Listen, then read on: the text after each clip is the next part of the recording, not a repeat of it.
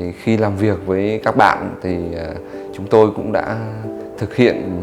rất là tỉ mỉ về mặt thiết kế, là hai bên đã tiến hành chăm chút từng tí về mặt thiết kế, là trong vòng 3 tháng